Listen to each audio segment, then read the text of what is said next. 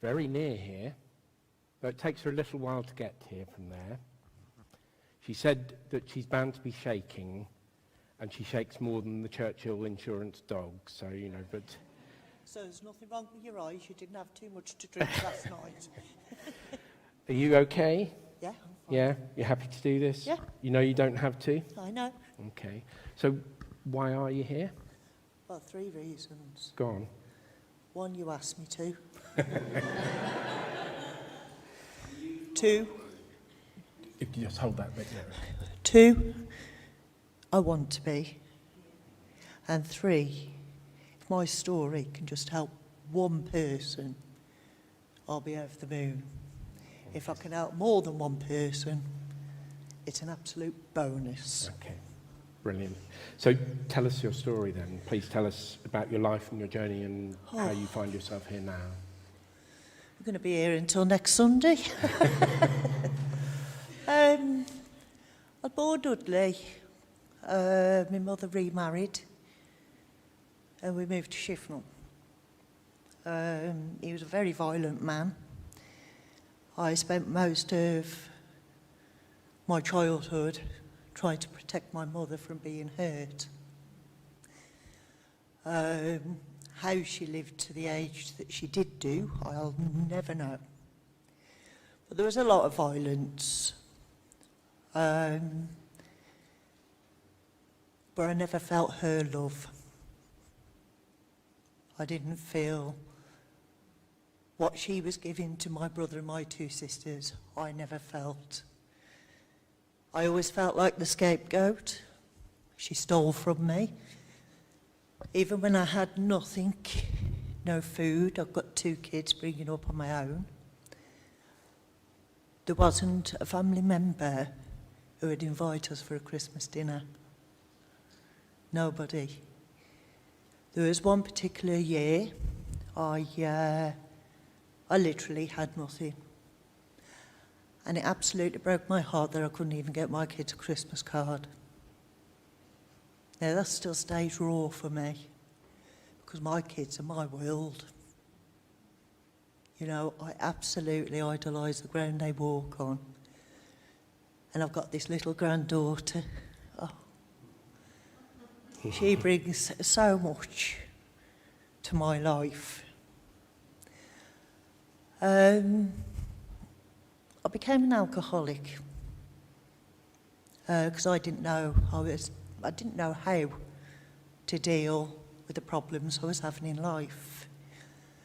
And people would say, well, you need to ask for help, you need to ask for help. I was asking for help, I was screaming for help, but nobody gave it to me. You'd have the kid's dad, he'd say, what you do with all your money? We had £79 a fortnight, like that lady we first saw, to live on. I wanted apologies from my mum for many, many years because she allowed that man that she married to hit me because I was sick or I was sucking my thumb, you know, or I didn't get the results from school that he wanted me to. He'd have me up at 4 o'clock in the morning reading the Bible. I never understood it. I hadn't got a clue what I was reading. All I knew was it was the Bible. Very rarely saw my dad, but that was because of my mother. She was really quite a devious lady. So me and the kids, we moved to Beckbury. They'd had enough of seeing me crying. They'd had enough of seeing me screaming and shouting, and I'd have my music on so loud the neighbours would come round and tell me to turn it down. Now, me not having any thought for others, I stuck my head out the window as I get life. But then again, that was me. I didn't have to become an alcoholic.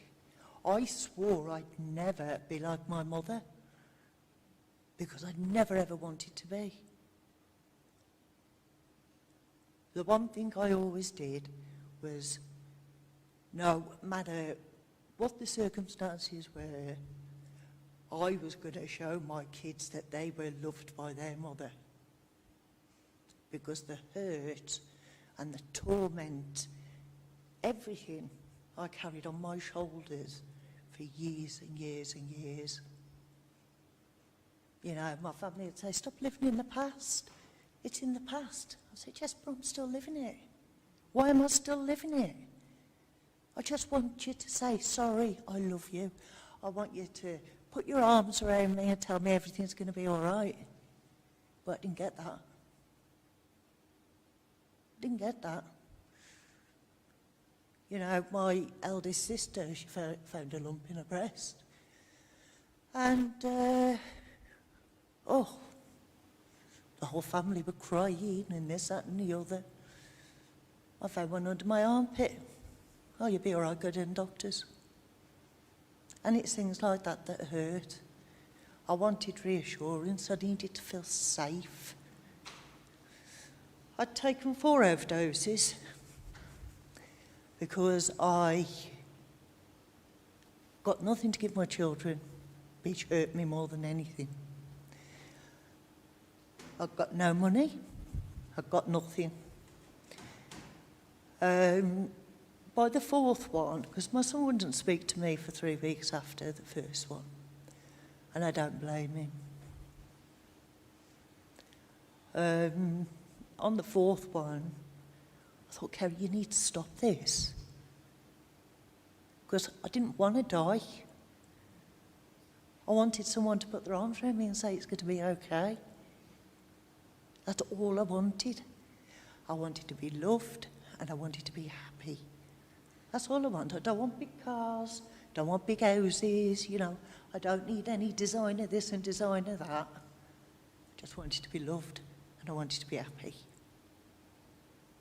You know, my kids left me and I wish I'd have had the courage to do the same at the age they left me.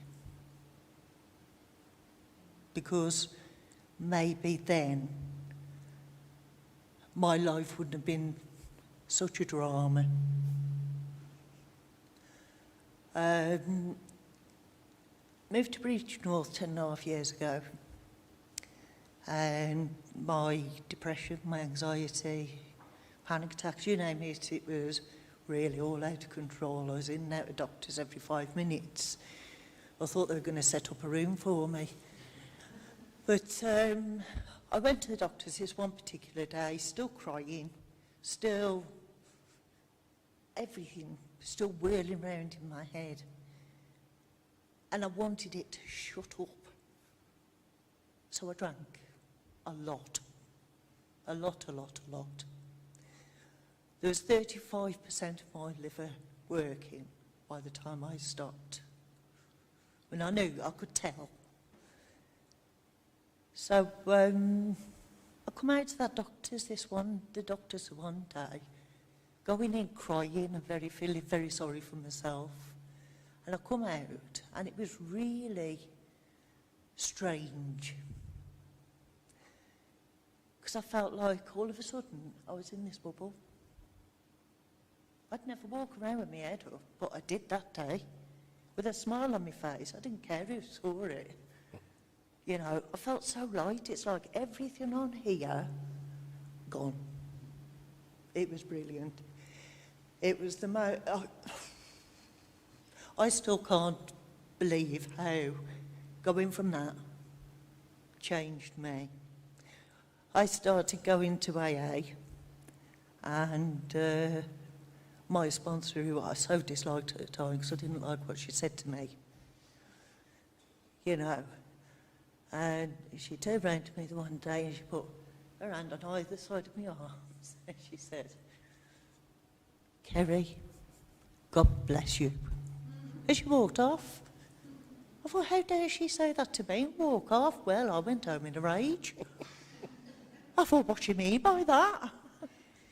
But as you got onto the programme more and more because you had to believe in something, in a higher power more than yourself.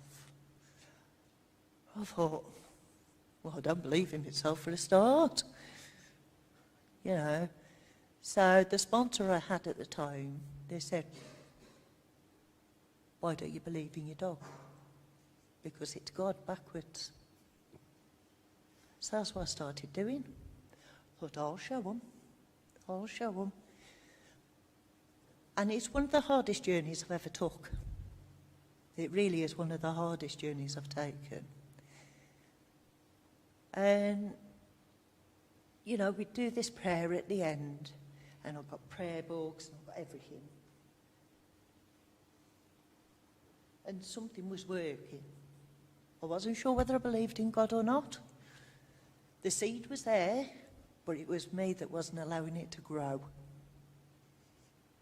You know, as the one lady, that gentleman said, aren't we stubborn? Hey, we are. But once I accepted God into me, when I opened up to him and let him in, my life changed massively. Massively. My children don't believe in God. My daughter said the other day he doesn't exist. I said, yes, he does. I said, he's done all right for me. You know. I was working as a carer. I was borrowing money here, there and everywhere. And that was to go to work. You know. And I started this new company, fantastic company. And all of a sudden, I couldn't help my partner help this gentleman up. I couldn't get up after putting his socks on.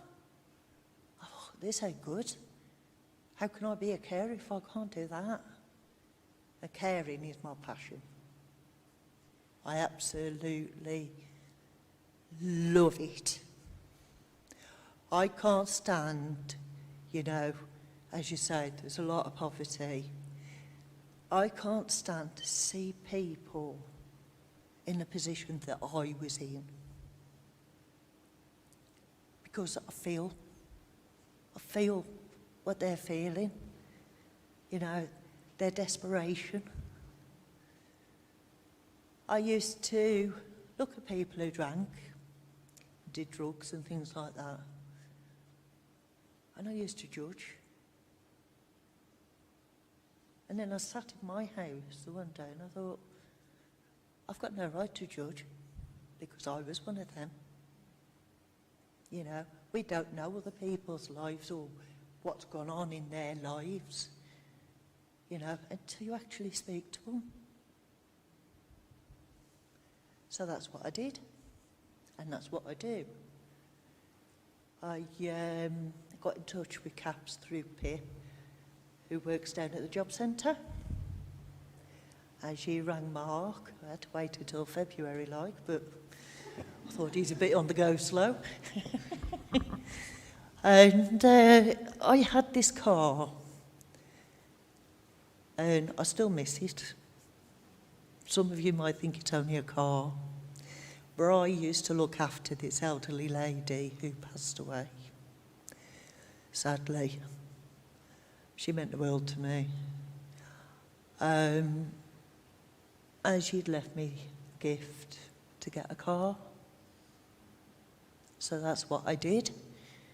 And then I boosted up to a posher car. Same make and everything, but it was a posher car. It was just younger, that's all. And so I had it on finance. And I needed to give up that car. I felt like I was failing my Rosie because she gave me the gift to get one.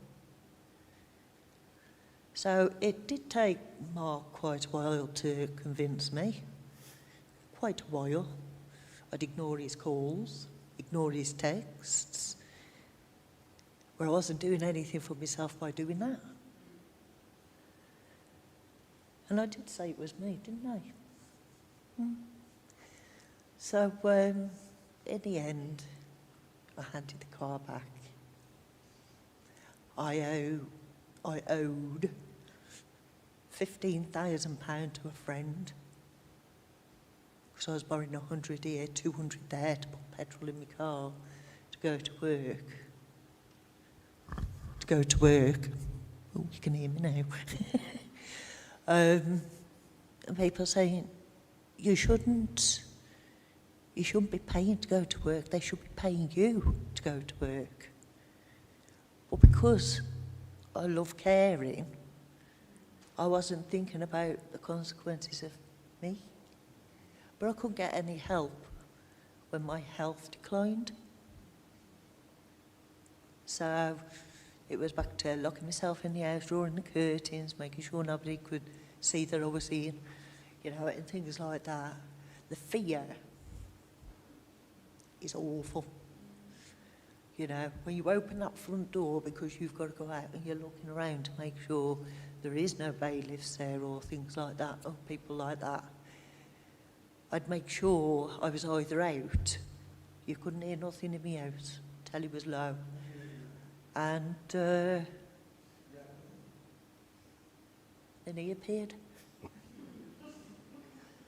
You know, I've got all these letters coming through, so I wasn't opening them. I didn't want to open them because I knew what they wanted. They wanted what I hadn't got.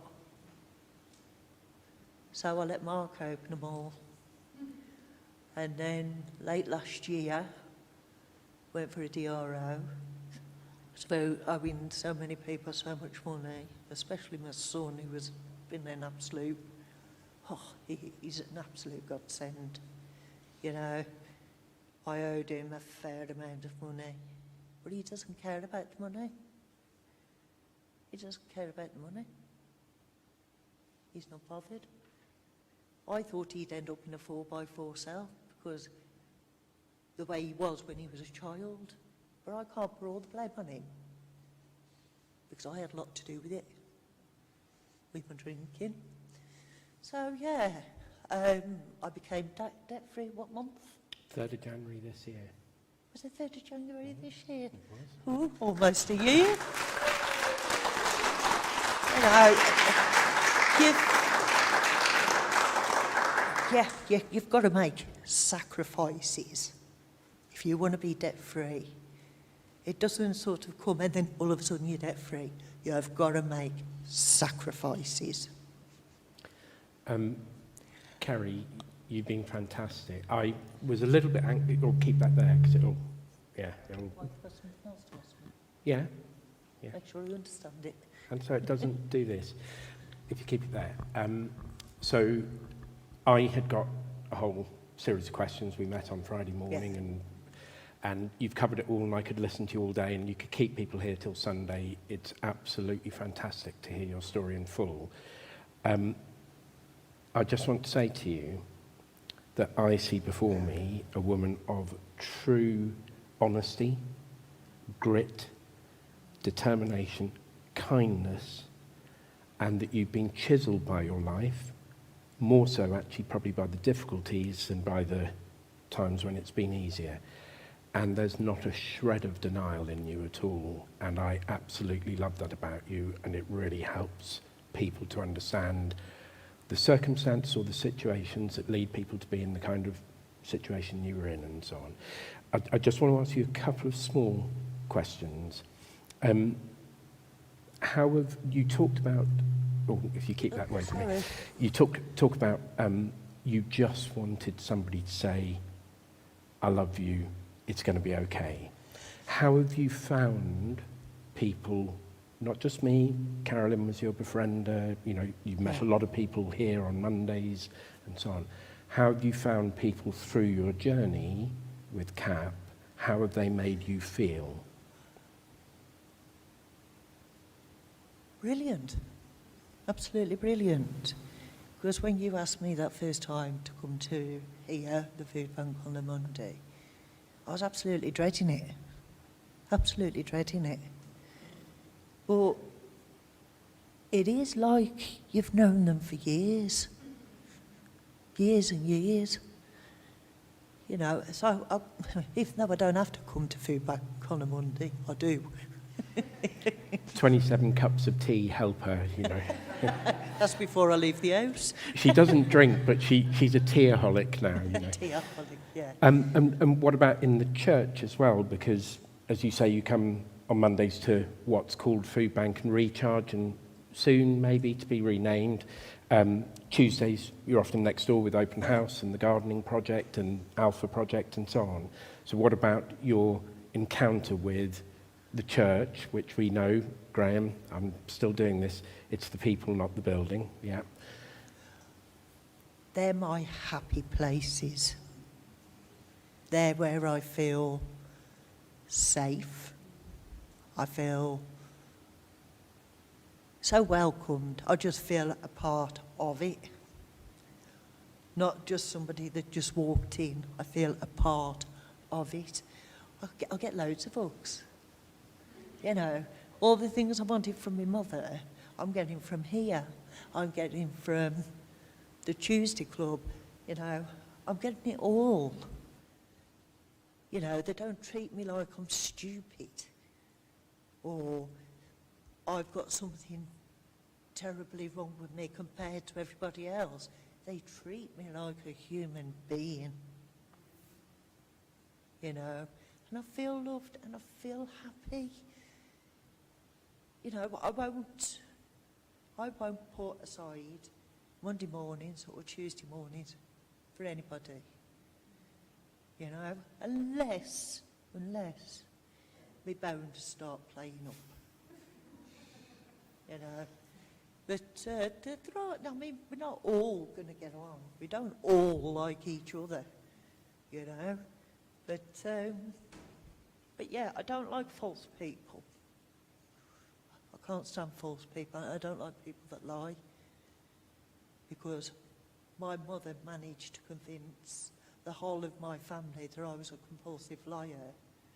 Whether that's because I've seen a lot of what's happened in my childhood, I don't know. But, you know, me trying to prove that I wasn't the liar, it was, you just couldn't.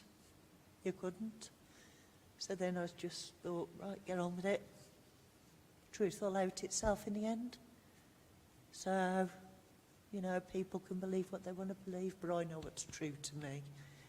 So, and I've got a lot to thank God for, because he's helped me turn my life around.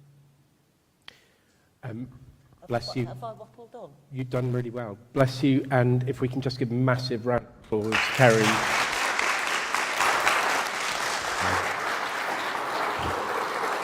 that all right? Yep.